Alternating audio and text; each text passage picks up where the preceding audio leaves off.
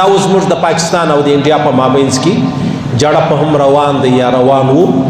جنگ چې دی هغه روان دی یا روان وو الله رب العزت جنگ نه راولي جنگ ډېر لوی تباهي ده ستړیا ده ستوماني ده ښکاره مثال د افغانستان څخه واخلئ یعنې د افغانستان خلک به و څومره لوړې مرتبې ته حتی مریخ ته یې ځان رسولی وای صحیح سلو دوی به هم د ناسا په شان هغه اسمان ته ځان رسولی وای خو دې جنګو داسې در په دره داسې وځورول چې بیا ولاړو خپل کور وطن و هر څه ځینې پاتولو جنګ د الله پاک نه راولي جنگ دی الله نه راولي او که بیا جنگ رالی هغه بیا بله مسله ده خبره دا د عزیزانو د الله رسول فرمایي تاسو څه مه کوئ أيها الناس لا تمنوا لقاء عدو وصلوا الله العافية د الله رسول فرمایي تاسو د دشمن سره د جنگ تمنا مکوئ ارزو مکوئ ارمان مکوئ چې کله ما جنگ کړی وای کشکې ما جنگ کړی وای کشکې زه جنګېدلی وای کشکې زه د خپل دشمن سره مخامخ سوی وای د الله رسول فرمایي دا مه وایه ګر سره یې مه وایه د الله رب العزت سره د عافیت سوال کوه د الله په دربار کې واسأل الله العافیه د مسلم حدیث د بل حدیث د بخاري دی یعنی د الله رسول فرمایي د الله پاک څخه تاسو د عافیت سوال کوئ یا الله موږ وساته د دنیا له غمه مې هم وساته د آخرت له غمه مې هم وساته بیا که چیرې دشمن پر تا وار کوئ بیا یې له تا سره جنګ کوئ بیا یې ستا پر کور باندې میزایل راغورځول ستا پر مسجد و مدرسه و پر بچانو میزایل راغورځول بیا به څه کوې په دې ځای کې بیا د الله رسول فرمایي فاذا لقیتموهم فاصبروا بیا چې کله ورسره مخ سولې بیا نو صبر وکړه بیا نو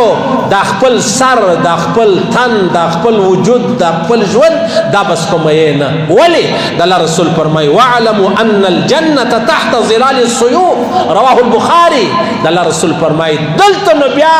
جنت چې دی هغه د تورو د سایو لاندې دی هغه وخت تورې وې دلته بیا جنت چې دی هغه د ټمبم جنت چې دی هغه د هغه میزایل جنت چې دی هغه د هغه ګولو چې کوم د ټانکو نور دی د هغه تر سایې لاندې الله پاک ستا دپاره جنت چې دی هغه ایښی دی پوه سواست د الله رسول فرمایي جنګ به نه غواړئ له دشمن سره به مخامخ کېدل نه غواړې که ده پر تا اټیک وکړي پر تا یې وار وکړي پر تا یې زیاتوب وکړي پر تا یې ظلم وکړي چې هر څو کمزوري وي د الله رسول فرمایي فاصبرو اوس به نو تاسو څه کوئ اوس به تاسو صبر کوئ واعلموا ان الجنة تحت ظلال السيوف اوس په دې خبره ځان خبر که پوه که چې جنت چې دی هغه د تورو د شرنګي جنت چې دی هغه د تورو تر هغه زلیده چې کوم دی جنت چې دی هغه د تورو تر سایو لاندې دی اوس په ځان چې دی هغه سپمایې نه خبره خدا د عزیزانو ډېر څه داسې مسلمانان سته د تعصب په خاطر د پاکستان سره د دشمنۍ په خاطر خوشحاله دي هوای دا وطن ټیکېدلی نشي دا وطن پاتېدلی نشي ګورئ زما استاد چې هر څو دشمني ده دشمني مې پر ځای ده بیا که چیرې یو ظالم چې د الله او د رسول دشمن و ستا د ایمان او د کلمې دشمن و هغه پر تا وار کوئ او زه دا وایم چې ډېره ښه خبره ده په ذوالجلال دې مې قسم وي چې څومره هغه کافر هغه مشرک هغه جهنمي پر تا وار کوي څومره لویه ګناه ده که ته د هغه په خبرو کې ورسره شریک سوې تا د هغه وغوښته چې ډېر ښه کار وسو په کار ده چې و دې وطن ته سبق ورکړي په ذوالجلال د غومره د هندوانو ملګری لږ د کلمې خیال وساتئ تعصب مه کوئ وکه دومره وکه چې ایمان دې بچاو شي دومره وکه چې ستا اسلام و کلمه بچاو شي د هغه په اخوا مه ځه ډېر خلک موږ وینو ډېرې رقم تبصرې کوي چې هر څو تبصرې کوي په ذوالجلال که ولاړ شي ومې لیدل څو تیارې څو ډرونونه څنګه لاندې پراته ولو دا هغه کمزوری وطن دا هغه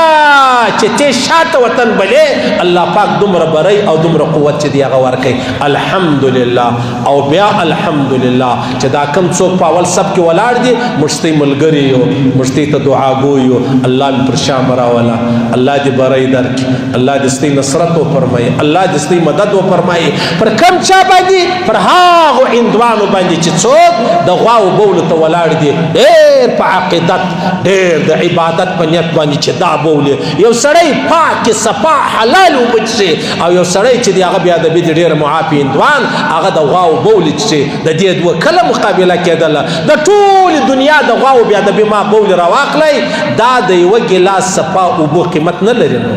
پوه شوئ نو یو عرب 25 کروڑ انسانان دي مسلمانان ځینې وباسه مظلومان هم ځینې وباسه هغه د دوی پادریانو پلانۍ و هغه عبادت خانې هم ځینې وباسه خاص چې کوم هندوان دي زموږ سره بدي غواړي د هغو دپاره دا خبره ده چې یو ګیلاس اوبه صفا د دې قیمت دا ټول هندوان نه دي دا نه لري الله پاک دې زموږ مسلمانانو ته بری ورکړي الله پاک مسلمانانو ته اتفاق ور نصیب کړي او دا بل حدیث دی پیغمبر علیه الصلاۃ والسلام مبارک حضرت عمر فاروق پوښتنه وکړله وی قال عمر رضی الله للنبي صلی الله علیه وسلم الیس قتلانا فی الجنه وقتلاهم فی النار قال بلا د بخاری حدیث دی پیغمبر علیه الصلاۃ والسلام مبارک څه پوښتنه وسوس ګور زموږ په حاکم هغه یوه مشوره کورنۍ ده دا بلوز مطلب پر هغه باولپور کې چې کوم اټیک وکړي بیخي 14 کسان بچیان زنانې دا د یوه کوره څخه ولاړو اوس حضرت عمر فاروق رضی الله تعالی عنه د پیغمبر علیه السلام مبارک څه پوښتنه وکړه یو طرف ته سچا خالص کافرانو مشرکانو بل طرف ته مسلمانان دي حضرت عمر فاروق ورته ویلې ولې یا رسول الله الیس قتلانا فی الجنه دا زموږ مړي چې کومې موږ شهیدان بولو دا جنت لره نه ځي دا جنتیان نه دي او د دوی د خوا چې کوم مړي دي هغه وقتلاهم فی النار د دوی چې کوم مړي دي هغه جهنم لره نه ځي د الله رسول وفرمایل قال بلا دغسې د خبره الحمدلله د مسلمان مرګ په داسې لاره کې هغه الله مرګ نه دی ورته ویلی الله مرګ نه دی ورته ویلی او ما ورته به څنګه مرګ ورته وایو ها له سترګو نیام سو پرده راله په مابینځ کې خو د ابدالابد دپاره کامیابه پاتې سولو او بیا د الله رسول فرمایي چې تاسو چې کله داسې میدان رالی شاته کېدنو بیا ګناه کبیره ده لکه یو سړی لمونځ نه کوي یو سړی قتل کوي یو سړی شراب څښي دا ګناه کبیره ده موږ ته یې ټوله منو د الله رسول فرمایي و ظالم ته و دشمن ته شاور ګرځول بیا مطلب د حکمت بغیره له خوفه له ډره له بیرې شاور ګرځول او منډه جینې کول دا ګناه کبیره ده دا ګناه کبیره ده الحمدلله الله پاک دې زموږ وطن ته وطنوالانو ته زموږ فوج ته زموږ فوجیانو ته زموږ حکمرانانو ته هر څه چې پروا نه لري خو دا ظالم دشمن ته بیا موږ دا ظالم دشمن نه دی دې ته چې بیا کوم زموږ سپایان مخ ته ولاړ دي هغو ته زموږ سلام دی او په دواړو لاسو مې ورته سلام دی د رښتیاو مو سلام دی دا ما ورته چې بېغمه په کور کې پراته یو دا حال ته دوی شپرونه کړی د ما ورته پراته یي کنې خبره داسې نه دومره تعصب مه کوه چې کلمه له لاسه ورکې دومره تعصب مه کوه چې ایمان له لاسه ورکې منم چې زه به د چا دشمن یم زما په دې خلکو کې په دې مسلمانانو کې د چا سره نه لګېږي معنا به دا نه یي که چیرې ته خامخا اظهار د دې خبرې کوې بیا د هغو هندوانو ملګری او هندوان دي هغه زما او ستا د دین او د اسلام د کلمې زموږ د الله او د رسول دشمنان نو تا ګویې د هغو دشمنانو سره خپله سیالي چې د هغه برابره کړله او ته سوې د هغو ملګری الله دې مو وساتي او د الله رسول فرمایي زما دې په الله سره قسم وي که یو سړی په دنیا کې د ښو خلکو سره ناسته ولاړه کوي د نیکانو خلکو سره ناسته ولاړه کوي د دیندارو خلکو سره ناسته ولاړه کوي د الله رسول فرمایي زما دې په الله سره قسم وي د قیامت په ورځ دا سړی په بدو خلکو کې نه راپورته کېږي او کم سړی په دنیا کې د بدو خلکو پیروکار دی او د بدو خلکو پر لار روان دی د بدو خلکو سره مینه او محبت دی او د بدو خلکو سره ناسته ولاړه ده د الله رسول فرمایي زما دې په الله سره قسم وي د قیامت په ورځ به دا سړی په ښو خلکو کې نه راپورته کېږي اوس ګوره پیغمبر علیه السلام مرتبې ته خو هېڅوک نسي رسېدی او صحابه کرام د محمد رسول الله سره ناسته ولاړه وله جنتونه به هم سره مخامخ دا اسانه خبره ده دا یقیني خبره ده. الله دې ایمان راڅخه اخلي، الله دې د بې ایمانۍ مرګونه نه راکوي، الله پاک دې بغیر د کلمې مرګونه نه راکوي، الله دې زموږ دشمن خوار کړي، الله دې زموږ دشمن په سترګو ړوند کړي، او زموږ مسلمانان کلمه ګو او زموږ وطنوالان الله پاک دې بری ورکړي، الله دې نصرت ورکړي. که چاته زموږ دا خبرې ښې لګېږي هم که بدې لګېږي هم، زموږ د ایمان دغه تقاضا ده، زموږ د کلمې دغه تقاضا ده، زموږ د وطن سره د مینې د محبت دغه تقاضا ده، او زموږ د پښتونوالي دغه تقاضا ده. پښتونوالي دا نه معنا چې زه به دښمني کوم، نه، پښتونوالي دا معنا وفادار به یم، بې وفا به نه یم، خاوره به نه خرڅومه، دا عزت به نه خرڅومه، وطن به نه خرڅومه. دا د پښتو معنا ده. دې په آخوا نور معنا پرېږدئ چې بیا خلک معنا وي چې د هغه کوي. الله پاک دې هر ځای چې چیرې مسلمان او دا بل جهنمي سره مخامخ دی، الله پاک دې مسلمان ته بری ورکړي. هغه د ابراهیم علیه السلام شار دی، الله دې بری ورکړي، الله دې نصرت وفرمایي، الله دې مدد وفرمایي. هغه که دغه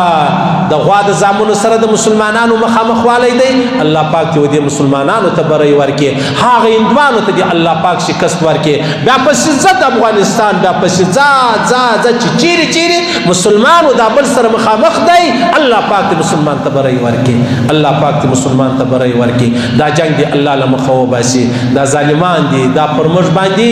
تور لګولی دی، پر موږ باندې